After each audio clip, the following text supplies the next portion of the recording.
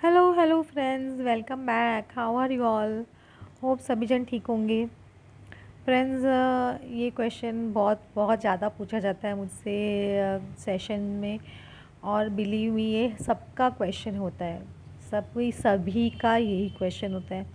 Ma'am, union कब होगा? कब इतना यूनियन साइंस दिख रहे हैं, उनकी नेम सिंक्रोनिसिटीज़ दिख रही है, एंजल नंबर्स दिख रहे हैं, इतने मतलब है ना लव साइंस दिख रहे हैं। ये सब साइंस दिखने के बाद में यूनियन क्यों नहीं हो रहा है, या यूनियन कैसे होगा, कब तक होगा, और कितना टाइम बचा है? मैम, आपको मेरा देख रहे हो तो आपको कैसा लग रहा है, कितना टाइम बचा है अभी भी? तो इन सारे सवालों के जवाब मैं आप लोगों के लिए लेके आई हूँ। और ये क्वेश्चन में जितने भी आपके सवाल है, सारे जवाब आपको मिलेंगे। लेकिन एक चीज़ मैं आपको बोल देती हूँ, अगर वो आपके ट्विन फ्लेम है, ट्रू ट्विन फ्लेम है, तो ये बात आप मान के चलिए कि आपका यूनियन 100% होगा। 100 101%, 1000%, 1,00,000%, जितने भी परसेंटेज वो बोल लो, 100% यूनियन होगा अगर आपकी ट्रू ट्विन फ्लेम है तो। ये आपके कार्मिक है या आपकी ट्विन फ्लेम नहीं है, ये चीज़ भी आपको जर्नी में जब आगे बढ़ते हो, आप इनर वर्क करते हो, तो आपको पता चल जाता है। ये याद रखिए, जैसे जैसे आप इनर वर्क करोगे आपको क्लैरिटी मिलती जाएगी। वो आपके कार्मिक होंगे तो एक पॉइंट ऐसा आएगा जब वो आपसे एकदम दूर चले जाएंगे। वो आपको भी उनकी याद नहीं आएगी, उनको भी आपकी याद नहीं आएगी। वो पर्सन एकदम आपकी लाइफ से कट ऑफ हो जाएंगे। अगर कार्मिक है तो, सोलमेट है तो उसमें आपको वो हमेशा आपके सपोर्ट में ही रहते हैं, सबको पता है। और ट्विन फ्लेम है तो बहुत टफ जर्नी होती है। It's not an easy game, because starting में आप जब इनर वर्क स्टार्ट करते हो तो आपको कहा जाता है, सब जन बोलते हैं आपका 6-8 मंथ्स में यूनियन हो जाएगा, या मैक्सिमम 1 ईयर में यूनियन हो जाएगा। सबको ये लॉलीपॉप दिया जाता है पहले, क्योंकि अगर ये लॉलीपॉप नहीं मिलेगा तब तक कोई भी यूनिवर्स में जो जितने भी ट्विन फ्लेम है वो इनर वर्क स्टार्ट करते ही नहीं है। तो और वो होता है बहुत लोगों का, 6-8 महीने में भी यूनियन मैंने देखा है, साल भर में भी यूनियन देखा है। लेकिन वो उन सोल्स का होता है जिन्होंने पास्ट लाइफ में बहुत ज़्यादा इनर वर्क करके आए थे, और वो अलग अलग टाइम लाइन में पैदा हुए थे दोनों ट्विन फ्लेम्स, वो लेकिन मिल नहीं पाए थे। इसीलिए वो इस जन्म में आके उनका यूनियन जल्दी होता है, क्योंकि इस लाइफ टाइम में उनके डीएम जो होते हैं वो बहुत ही स्पिरिचुअल सोल होती है, बहुत ही स्पिरिचुअलिटी में रहते हैं। उनका डीएम और डीएफ का बहुत ज़्यादा झगड़ा नहीं होता है। ऑफकोर्स कुछ इश्यूज़ होते हैं जिसकी वजह से उनका यूनियन नहीं हो रहा होता है, लेकिन डीएम इक्वली हाफ अवेकन होते हैं। इसकी वजह से उनका यूनियन 6 to 8 मंथ्स में या 1 ईयर में हो जाता है। समझ रहे? आपको क्लैरिटी आ रही है कि कुछ लोगों का आप चैनल्स पे सुनते होंगे कि इनका यूनियन हो गया, मैम उनका यूनियन हो गया, क्योंकि उनके डीएम से उनकी इतनी फाइट्स नहीं होती, या उनके डीएम उनको इतना ट्रिगर नहीं करते, या वो अपने डीएम को इतना ट्रिगर नहीं करते। उनके डीएम से उनके ऑफकोर्स बातचीत होती है, लेकिन वो डीएम बहुत जल्दी समझ जाते हैं। इक्वली वो स्पिरिचुअलिटी में बहुत ज़्यादा हाई होते हैं, उनकी समझने की पावर बहुत ज़्यादा स्ट्रॉन्ग होती है, उनके इतने कार्मिक डेप्थ्स नहीं होते, उसकी वजह से उनका यूनियन 6 to 8 मंथ्स में हो जाता है। समझ रहे हो? आपका यूनियन भी होगा, 101% होगा, जब आपके और आपके पर्सन का कार्मिक डेप्थ्स क्लियर हो जाएंगे, आप लोगों के एंसेस्टर कर्मा क्लियर हो जाएंगे। एंसेस्टर कर्मा एक ऐसा कर्मा है जो हम अपने एंसेस्टर्स का कर्मा, एंसेस्टर कर्मा मतलब एंसेस्टर्स का कर्मा जो उन्होंने इस धरती पे करके गए थे, उसकी वजह से वो डेप्थ आप पे क्रिएट हो चुका है। उनको वहाँ कहीं ना कहीं मुक्ति नहीं मिल रही है। और एक ही एंसेस्टर नहीं होते, बहुत सारे एंसेस्टर्स है आप लोगों के। आपके चाचा ताऊ के एंसेस्टर, वो उनके भी लीनिएज, उनके भी लीनिएज, वो आप जाते जाते वो 4 फादर्स में आपको कितने के ट्विन फ्लेम्स लेके आते हैं, इतने लोगों का बोझ एक साथ में क्लियर करने के लिए। तो वो एंसेस्टर क्लियर करने में आपको टाइम लगता है, इसलिए आपको इतना दान धर्म कराया जाता है, एंसेस्टर की इतनी पूजा कराई जाती है, एंसेस्टर के नाम से इतना दान धर्म आप लोग को करना पड़ता है। ये सब एक रीज़न इसलिए होता है। कार्मिक डेप्थ वो होते हैं जो लोग आपके किसी न किसी, आपके एंसेस्टर के कार्मिक्स हो सकते हैं, आपके कार्मिक्स हो सकते हैं, आपके पार्टनर के कार्मिक्स हो सकते हैं, जिनको आप उनके लिए माफ़ी मांग रहे हो, तो वो आपके कार्मिक्स बन के पैदा हो चुकी है, तो उनसे भी आपको क्लियर करना पड़ता है। समझ रहे हो सकता है आपके कार्मिक्स ना हो, लेकिन आपके एंसेस्टर के कार्मिक्स हो, तो वो आपको क्लियर कर रहे हो, तो उसकी वजह से भी आपको टाइम लग जाता है। जिस दिन आपका एंसेस्टर कर्मा और कार्मिक डेप्थ क्लियर हो जाता है, बिलीव मी, आप यूनियन के एकदम दरवाजे पे खड़े हो, समझ के चलिए। समझ, वो आपका यूनियन का टाइम आता है, अप्रोच होता है। आपको यूनियन कब होगा, ये एक चीज़ मैं बताऊँ आपको। एक आप खुद को एनालाइज़ कीजिए कि आप अभी भी अपने पार्टनर से बहुत ज़्यादा गुस्से में हो, अभी भी बहुत ज़्यादा उनके लिए बहुत रिवेंज की भावना आती है, कभी बहुत गुस्सा आता है कि यार ये पर्सन ने मेरे साथ में ऐसे किया, उसके पेरेंट्स के बोलने पे ऐसे किया, फ्रेंड्स के बोलने पे ऐसे किया, थर्ड पार्टी के बोलने पे ऐसे किया, वो किया। तो बिलीव मी, अभी तक आपके इश्यूज़ क्लियर नहीं हुए हैं। समझ रहे हो, आपके मन में वो एक स्टेज आनी चाहिए जहाँ आप एकदम पीसफुल हो अपने पार्टनर को लेके। आप उनके पॉइंट ऑफ व्यू को समझते हो कि ये पर्सन ने इस तरह से किया या कुछ भी किया, तो आपको फ़र्क नहीं पड़ता है।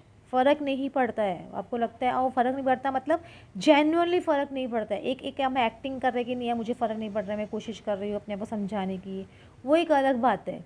एक आपको जेन्युइनली फ़र्क नहीं पड़ता है, आपको लगता है कि नहीं वो उनकी कुछ ना कुछ मजबूरी होगी, उस पर्सन की कुछ ना कुछ प्रॉब्लम होगी, उसने मुझे इस तरह से बोला या इस तरह से उसने मुझसे रिप्लाई किया, उस तरह से मुझे ब्लॉक किया, कोई ना कोई वजह है। आप सामने वाले को जज करना बंद कर दी हो, समझो, जजिंग एनर्जी फिनिश हो चुकी है। वो अभी भी थर्ड पार्टी के अंदर पिक्चर्स डाल रहे हैं या आपको टीज़ करने की कोशिश कर रहे हैं, आपको फ़र्क नहीं पड़ रहा, आप समझ रहे हो कि वो क्यों कर रहे हैं इस तरह से। वो शायद आपका अटेंशन ग्रैब करने की कोशिश कर रहे हैं, वो शायद देखना चाहते हैं आप कितना प्यार करते हो अभी भी उनसे, किस तरह से रिएक्ट करते हो। तो ये उनकी आप सोच पकड़ लेते हो, सोच समझने लग जाते हो, खुद को एक डुअलिटी की भावना से निकाल चुके हो, एक सिंगुलैरिटी की एनर्जी में आ चुके हो कि हाँ वो मेरा पार्टनर है, वो मेरा ही सोल है, वो मुझसे प्यार करते हैं, वो पर्सन मुझसे प्यार करते हैं। आपको ये 100% यकीन है, और वो जो कुछ भी कर रहे हैं आप उनको जज नहीं कर रहे हो। समझ रहे हो, स्टार्टिंग में जब आपकी पर्सन से सेपरेशन होती है तो आपके पर्सन आपकी एनर्जी बहुत ज़्यादा खींचते हैं, आपको लगता है वो आ रहा है जा रहा है, या कभी थोड़ी देर बात की। आज कुछ लोगों के केस में ऐसे भी देखा गया, मैम आज पूरे दिन अच्छे से बात की, कल दूसरे दिन ब्लॉक कर दिया, ये क्या बात हुई। ऐसा भी होता है, क्योंकि जब तक आपके अकाउंट्स क्लियर नहीं हुए हैं, कार्मिक अकाउंट्स या एंसेस्ट्रल अकाउंट, या आपके अंदर के इश्यूज़ हील नहीं हुए हैं, आपके सबकॉन्शियस हीलिंग नहीं हुई है, इनर चाइल्डहुड हील नहीं हुआ है, आपके एंगर, जेलसी, फियर आपके हील नहीं हुआ है, आपका रूट चक्र एक्टिवेट नहीं हुआ है, आपके इनकम ग्रोथ नहीं हुई है, तब तक वहाँ वो इस तरह से एनर्जी लेंगे और चले जाएंगे। समझ रहे हो, एनर्जी लेंगे चले जाएंगे, आप भी उनसे एनर्जी लोगे, आप भी कभी कभी रन करना शुरू कर दोगे। लेकिन जब जैसे जैसे आपका फियर ख़त्म हो गया है, आपकी जेलसी ख़त्म हो चुकी है, आपका एंगर सबसाइड हो गया एकदम, आप एक जजमेंट एनर्जी से निकल चुके हो, आपकी डिसीजन लेने की पावर क्षमता बढ़ चुकी है, अपने पार्टनर को अपना समझते हो, उस दिन समझिए आपके यूनियन बस हो ही गया। समझिए आपको यूनियन की डिज़ायर भी इतनी नहीं रहेगी।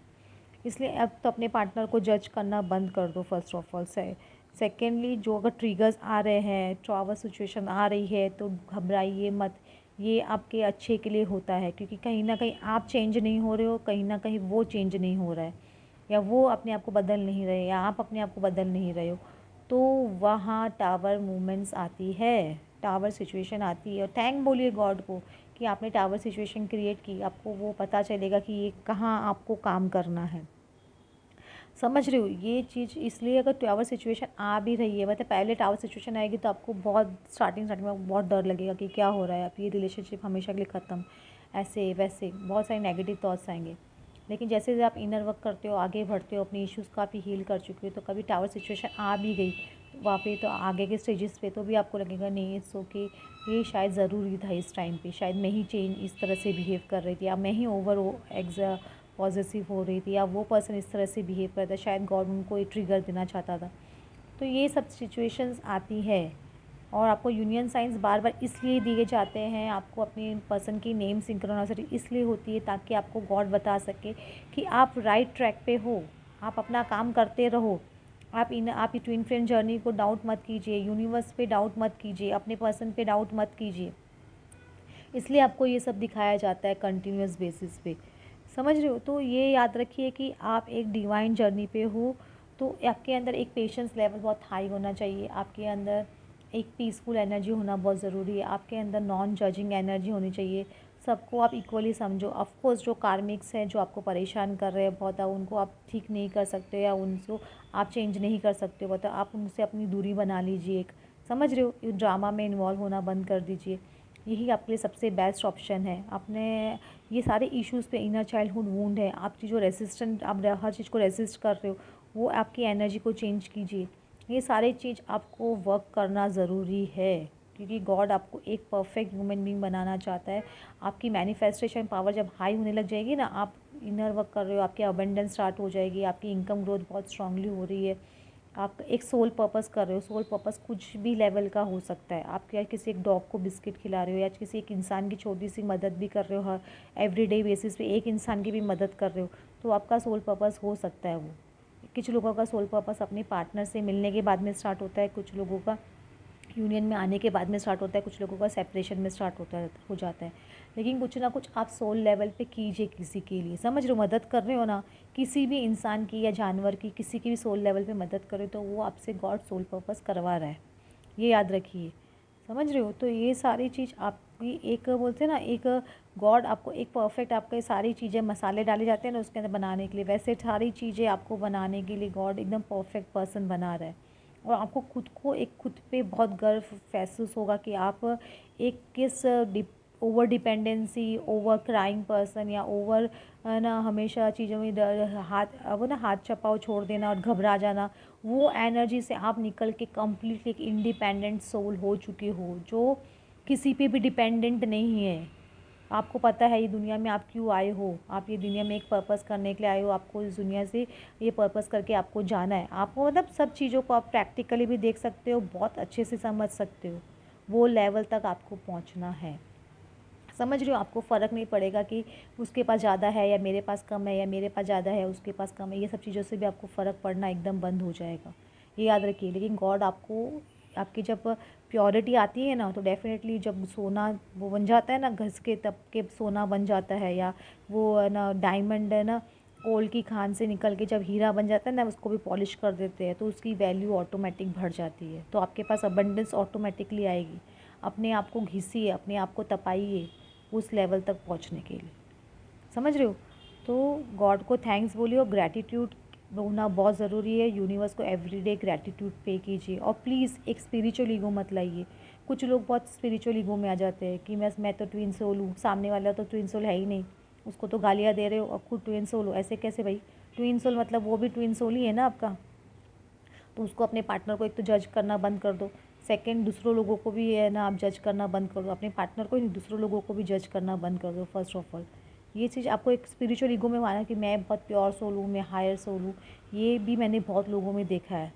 तो प्लीज़ ये ईगो भी मत क्रिएट कीजिए, समझ रहे हो।